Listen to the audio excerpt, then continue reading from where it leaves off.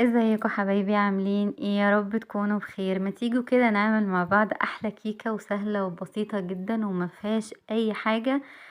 يعني لو انت ما بتعرفيش تعملي كيكة هتعرفي تعملي الكيكة دي سهلة قوي وغرقانة كده في الشوكولاتة. بصي حاجة كده تفتح النفس. تعالي نشوف احنا عملناها ازاي. اول حاجة انا ضفت كوبايتين سكر. إيه طبعا المقادير اللي انا هقولها لك دي هي عملت معايا صينيتين من اللي هما يعني مقاس صغير مش مقاس كبير. اول حاجة ضفنا مع بعض كوبايتين سكر وكوبايتين حليب. هنضيفهم في الخلاط. هنعمل الصوص بتاع الشوكولاتة من نفس الخليط بتاع الكيك. هقولك هنعملها ازاي مع بعض. ضفنا كوبايتين سكر وكوبايتين حليب وكوبايتين زيت وكوباية كاكاو خام. طبعا لو الكاكاو ماهوش خام هتقللي السكر على حسب ما انتي بتحبي. هنضربهم في الخلاط كويس قوي وكل شوية لازم تقلبيهم علشان خاطر الكاكاو ساعات بيكلكع كده ومش بيتضرب معانا بسهولة. هنا طبعا انا ضربته كويس وحطيت عليهم كيسين فانيليا. هنقلب بقى الخليط ده كويس قوي مع بعض تاني ونشوف لو هو حابين يتضرب في الخلاط نضربه تاني، مش حابين هو كده. انا كنت شايفة ان هو كده بقى كويس قوي وتقل معايا وبقى بيلمع كده وجميل جدا. هناخد بقى من الخليط اللي احنا عملناه في الخلاط ده هناخد كوبايتين. الكوبايتين ده صوص الشوكولاتة اللي احنا هنزين بيه الكيكة. انا اخدت كوبايتين علشان انا قلتلك في الاول انا كنت عاملة مقدار صينيتين. لكن انتي لو هتضعفي لو هتقللي الكمية هتعملي من كل حاجة كوباية، وكوباية الكاكاو بس هتبقى نص كوباية كاكاو مش هتبقى كوباية. ده لو انتي هتعملي صينية صغيرة. كده بقى انا خدت بقية الخليط. لما اخدت منه الكوبايتين اخدت بقية الخليط ضفت عليهم 3 بيض. لو هو البيض كبير هتضيفي 3 زي ما انا عاملة، لو هو صغير خليهم 4 بيضات. مفيش مشاكل، مش هيعمل اي زفارة خالص لان الكاكاو طبعا بيضيع اي زفارة في البيض. والفانيليا طبعا احنا برضو ضفناها يعني احتياطي، بس هو كده كده مش الكاكاو مش بيحتاج معانا فانيليا. ضفنا بقى معلقتين كبار بيكنج باودر وعليهم كوبايتين دقيق. هنقلب بقى المكونات دي مع بعض كويس قوي لحد ما كلها تتجانس كده مع بعضها وما يبقاش فيه اي تكتلات في الخليط بتاعنا. طبعا هو اخد معايا شوية وقت في الضرب فانتي اضربي فيه ما تقلقيش يعني هيبقى معاكي مظبوط.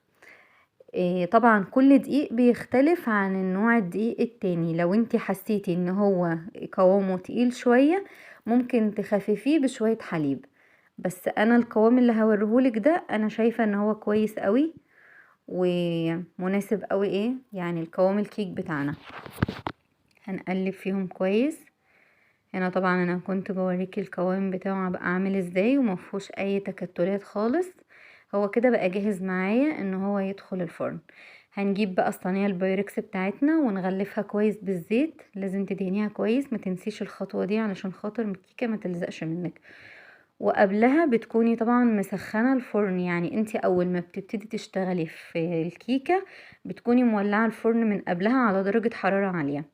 هنا طبعا خدنا نص الخليط اللي احنا عملناه ودخلتها الفرن. طبعا طلعت معايا زي ما انتي شايفة كده. بتسيبيها تبرد خالص، والصوص بتاعنا اللي احنا اخدناه في الاول بتضيفيه في التلاجة عما الكيكة بتاعتنا تبرد. هي كده بردت معايا خالص. هنضيف بقى عليها الصوص بتاعها. بجد اقتصادية جدا وحلوة قوي وسهلة وما فيهاش اي حاجة. يعني بصي يعني تخليكي تعقدي من الكيك والحاجات دي. يعني لكل بنت مبتدئة وبتدخل لسه المطبخ وبتعرف يعني لسه بتتعلم وكده الوصفة دي سهلة قوي ليكي واي حد يعرف يعملها. هنا طبعا كنا بفرد الصوص معاكم كده. هتحطيها بقى في التلاجة شوية لحد ما الصوص ده يتماسك. بس انا بصراحة ما استنيتش عليها لان انا ما بقدرش اشوف الشوكولاتة قدامي واستنى بصراحة. يعني انا قطعتها وهي لسه ما كانتش الصوص بتاعها كان جمد، كانت لسه سايحة شوية. هنا انا كنت بوريكي شكلها بجد جميلة قوي، ويعني طعمها ما تصدقيش ان هي بالمكونات اللي انا قلتلك عليها دي. هتقطعيها بقى التقطيع اللي انت تحبيه طبعا، هتقطعيها بقى لقم صغيرة لقم كبيرة زي ما انت عايزة. وعلى فكرة تنفع تحلية وتنفع لو جايلك ضيوف، يعني في اي حاجة هتشرفك قوي بجد، جميلة قوي. وبألف هنا وشوفة طبعا على كل اللي هيجربها، ويا رب تعجبكم، ويا رب تكون وصفاتي كده بتنول اعجابكم وكده. ولو عايزين اي حاجة قولولي عليها، واهم حاجة ما تنسوش تشتركوا في القناة وتضغطوا لايك للفيديو. وممكن تقدميها مع موز زي ما انا قدمتها كده، وتحطي عليها كده صوص الشوكولاتة. بجد حاجة كده تفتح النفس. وبألف هنا وشفا على كل اللي هيجربها، واشوفكم ان شاء الله في فيديو جديد على خير.